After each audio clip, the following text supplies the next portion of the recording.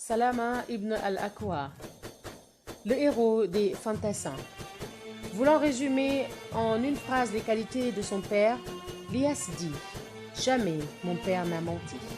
En vérité, cette qualité suffit pour faire partie de l'élite des croyants et pour intégrer le groupe de ceux qui sont pieux et vertueux. Il s'agit ici d'une qualité que Salama ibn al-Aqwa a acquise et qu'il a bien méritée. Salama était considéré comme faisant partie des archers les plus adroits de la péninsule arabique. Il était aussi un homme courageux, généreux et un bienfaiteur. Sa conversion à l'islam s'était faite avec beaucoup de sincérité et de repentir. L'islam l'avait ensuite façonné de telle sorte qu'il puisse s'épanouir à travers ses qualités. Salama était présent lors du serment d'allégeance de la satisfaction, Ridwan.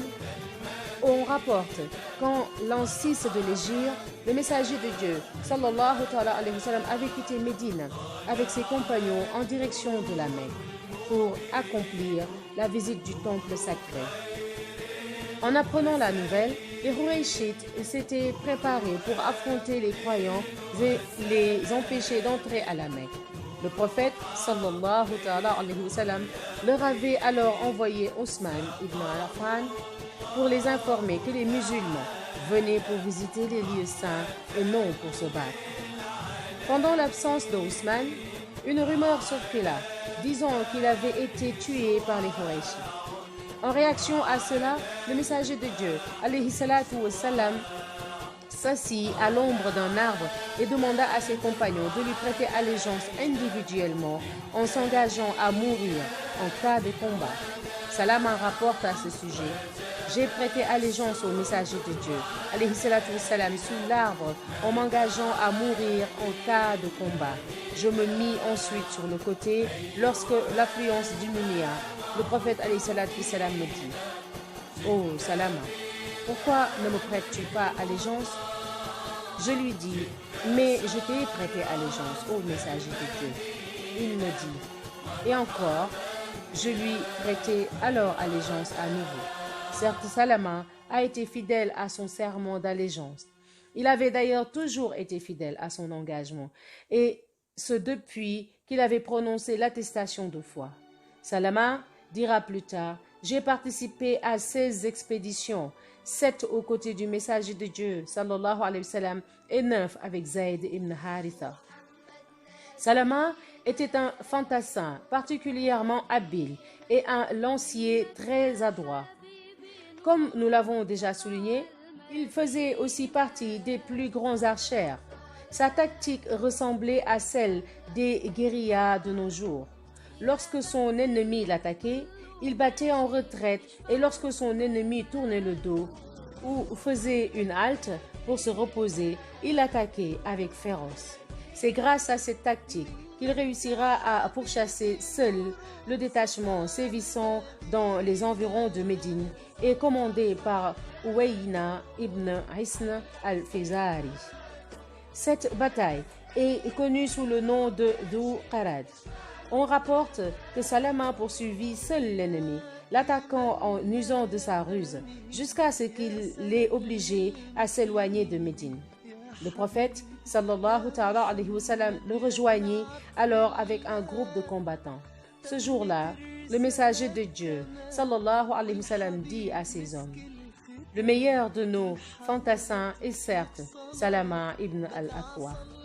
Jamais Salama ne fut affligé ou angoissé, si ce n'est lorsque son frère Amir ibn al-Aqwa fut tué lors de la bataille de Khaybar.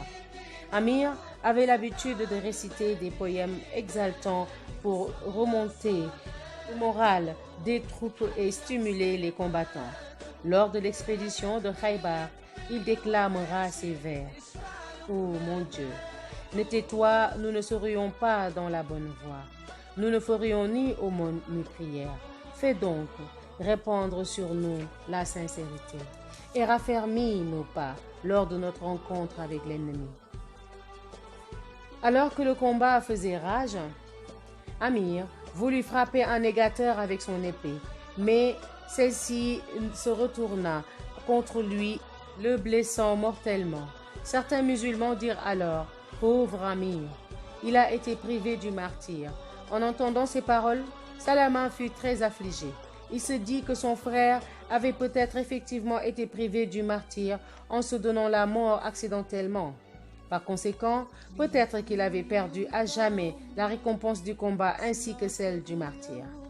Mais le prophète miséricordieux, sallallahu alayhi wa sallam, mit rapidement les choses au clair lorsque Salama l'interrogea.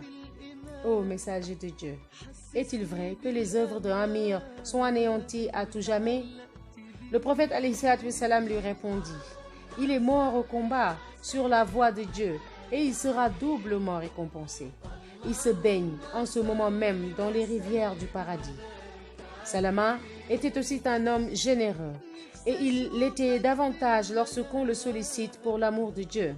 Si quelqu'un lui demandait d'offrir sa vie au nom de Dieu, il pouvait s'exécuter sans hésiter.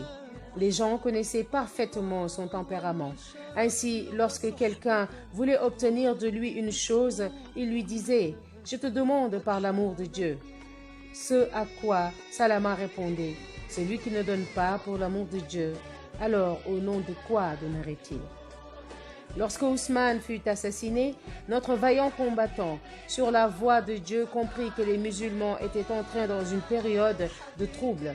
Lui qui avait toujours combattu aux côtés de ses frères croyants ne pouvait pas aujourd'hui se retourner contre eux.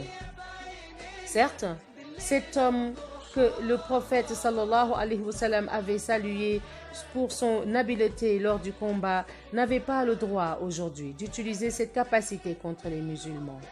Par conséquent, Salama prit la décision de quitter Médine pour aller d'établir à Rabda, le même endroit qu'avait choisi Abu Dar comme lieu d'exil.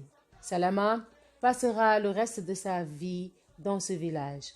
À l'an 74 de l'Hégire, notre noble compagnon ressentira une envie ardente de se rendre à Médine. Salama s'y rendra et décédera au 3e jour de son arrivée. Salama rejoignit ainsi ses frères bénis et les martyrs pieux enterrés à Médine. La prochaine lecture se fera sous le récit de Abdallah ibn Az-Zubayr.